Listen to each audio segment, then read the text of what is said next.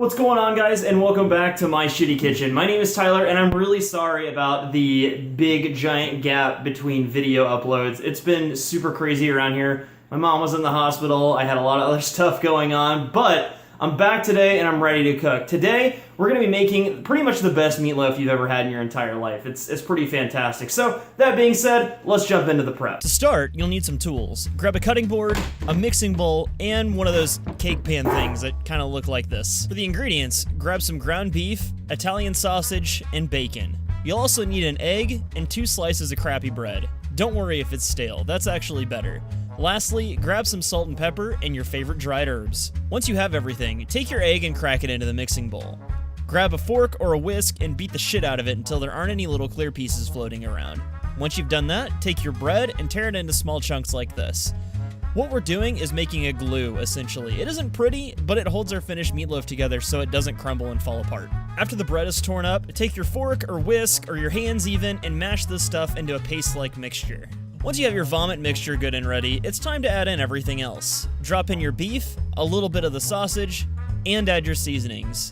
As a note here, meatloaf can be just about anything you want it to be. You can use just about any ground protein you want. Try it with veal, venison, tofu, literally anything you can form into a patty can pretty much be used. Also, if you want, you can add soy sauce, Worcestershire sauce, or any other marinades. The sky's the limit. Be creative. After you've added all your seasonings, mix everything together by hand. If you have gloves, now is the time to break them out. When you mix this, make sure to do this as quickly as possible. Your hands are warm, and it doesn't take too much to melt fat. If you spend too much time with your hands in here, the fat in the meat will start melting, and you'll end up with a dense, dry, flavorless meatloaf, and nobody wants to eat that. When you feel your ingredients are sufficiently mixed, take everything out of the mixing bowl and form it into a loaf shape. Next, take your bacon and lay it in strips over the top. It's okay if they overlap. The finished product should look a little something like this. This next part is the best. Take some brown sugar, you can even mix it with a little whiskey or bourbon if you want, and pat your loaf down with it. If you have the privilege of having in-laws that practice beekeeping as a hobby, you might have some fresh honey lying around. Now would be the time to use that. Once you've got this thing coated with deliciousness, preheat your oven to 400 degrees and throw it in. The cooking process for this takes anywhere from 30 to 45 minutes. While it's cooking though, make sure that every so often you pull your meatloaf out of the oven and baste it. The sugars that we put on here will melt, and when they get hot enough, they'll begin to caramelize, giving us a nice, satisfying crust over the top of this whole thing. When it's finished, remove it from the pan, set it on a cutting board, and get your favorite carving knife out. Bam, you're done. Delicious meatloaf. And here's a few seconds of the finished product for you.